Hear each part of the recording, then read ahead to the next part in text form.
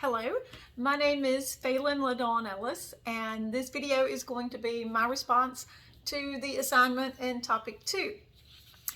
The first thing we were asked was to discuss our reaction to the article Body Ritual Among the Nakarima. Not sure if I'm pronouncing that correct.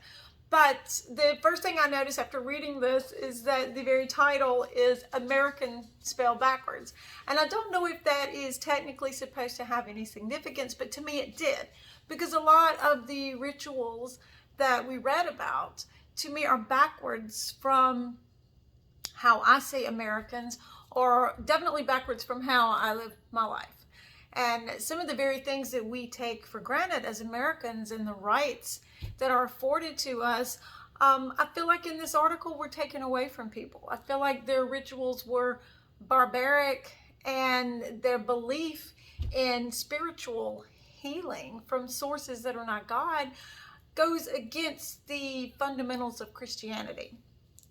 So what I take away from the article is that this is a culture that, first of all, I didn't even know existed within my own society, basically. And if someone were to read this, and this was the only thing that they had to form an opinion of Americans, I believe that they would form a very incorrect opinion of Americans. I feel like this would be, if this was how they based their ideas of American culture, it would be wrong. Even though it is part of American culture, it doesn't represent the whole. And that was my takeaway from this article. One of the rituals or communication patterns that I feel like is very prevalent in our culture is that of technology. Being forms of communication that are based on technology, texting, emailing, being able to instantly send photos and verbal videos and messages quickly, just like that, is something that is a very big part of our rituals of communication here in the United States. I believe that other people could see Americans as possibly being privileged and lazy based on this communication.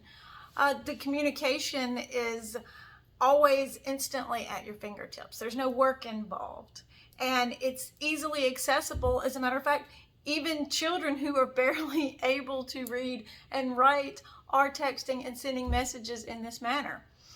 Even children who are not able to read and write can send the voice memos and things back and forth. So I think as an American people, other countries looking at our culture would definitely see us as being spoiled and lazy, very, very lazy. I have watched communication just over my lifetime. I have watched this ritual and this communication change. I remember when we wrote letters. We took a piece of paper and we wrote down something, we put it in an envelope, we sealed it, we put a stamp on it, took it to the mailbox, and in return sat by the mailbox for days and waited to see if we got a response.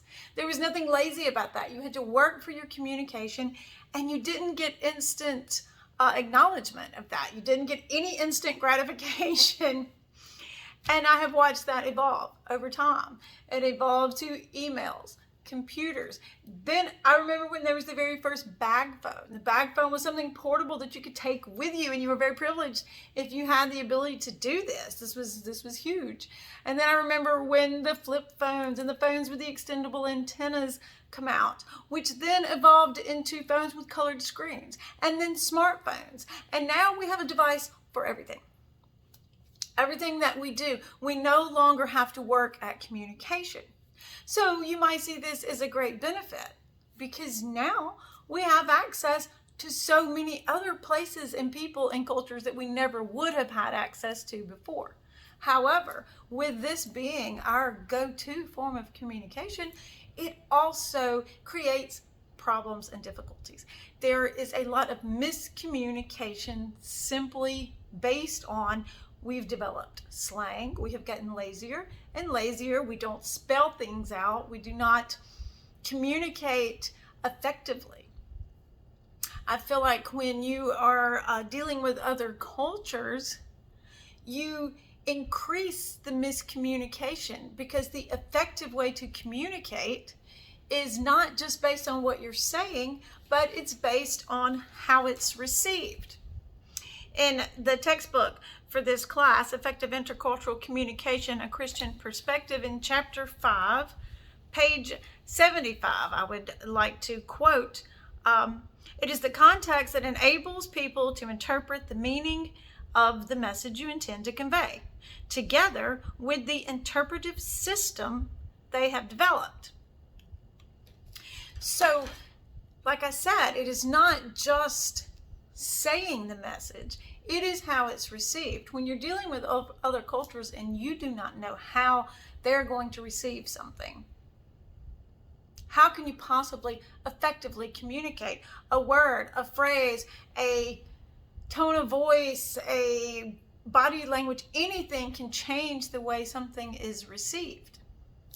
So, in my opinion, in order to effectively communicate on any level with anyone, you have to know the audience.